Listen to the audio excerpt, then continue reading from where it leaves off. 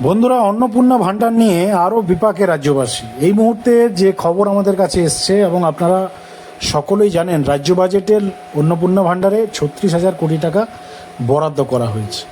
আর এই টাকার যে পরিমাপ এবং সার্বিক যে রিপোর্ট উঠে আসছে, তাতে পশ্চিমবাংলায় যে খবর 1 কোটির কাছাকাছি বেনিফিশিয়ারি বা যারা আসল উপভোক্তা এই লক্ষ্মীর ভাণ্ডার বলুন বা বর্তমান সময়ে মডিফিকেশন হয়ে অন্নপূর্ণা ভাণ্ডারে যে কনভার্ট হয়েছে, এই অন্নপূর্ণা ভাণ্ডার দেওয়ার যে বিষয়টা, 1 কোটি পশ্চিমবাংলার মহিলা আগামী দিনে পেতে চলেছেন অন্নপূর্ণা ভাণ্ডার। এর আগের যে সংখ্যাটা ছিল পশ্চিমবাংলায় যারা লক্ষ্মীর ভাণ্ডার পেতেন, সেই সংখ্যাটা ছিল প্রায় 2.5 কোটির কাছাকাছি।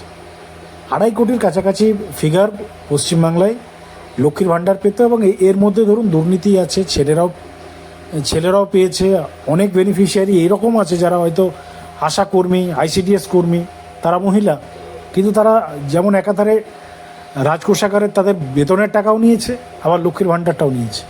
তো এবার এই সমস্ত বিষয়গুলোকে কাটছাঁট করা হচ্ছে। কিন্তু এই কাটছাঁট করার পরেও যা দেখা যাচ্ছে, এই যে 1 কোটির ফিগার চলে এসছে সামনে, অর্থাৎ প্রায় 1.5 কোটির কাছাকাছি যে বাতিল, অর্থাৎ একটা ভাষা পরিষ্কার আপনারা বুঝতে পারছেন যে বাতিলের খাতায় অনেকেই কিন্তু পড়তে চলেছেন। অর্থাৎ লক্ষ্মীর ভাণ্ডার যেমন সবাই পেত, অন্নপূর্ণা ভাণ্ডার কিন্তু সবাই পাবে না, লিমিটেড দেওয়া হবে এবং যারা সঠিক প্রাপ্য তাদেরকেই দেওয়া হবে।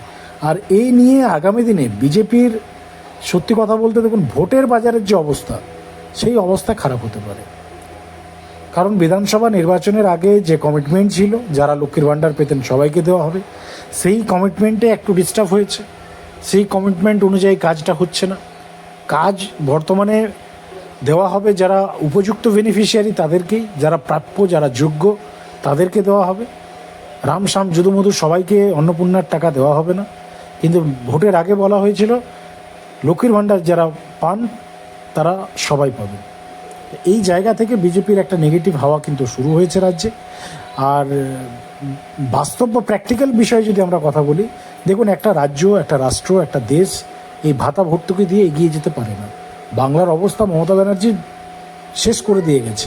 আর সেই শেষ করা বাংলাকে সঠিকভাবে দাঁড় করাতে হলে এই ধরনের ভাতা প্রকল্প বন্ধ করা উচিত।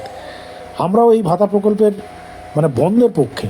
কিন্তু ঘটনা হচ্ছে, মানুষকে যে কমিটমেন্ট দেওয়া হয়েছে, মানুষ তো অনেকেই রয়েছেন যে এই ভাতার আশায় হয়তো অনেকে ভোট দিয়েছেন।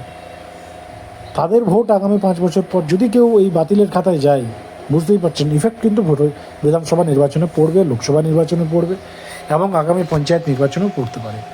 আপনারা এই বিষয়টা কেমনভাবে দেখছেন লিখে জানান কমেন্ট সেকশনে, এবং চ্যানেলে নতুন থাকলে অবশ্যই চ্যানেলকে সাবস্ক্রাইব করবেন।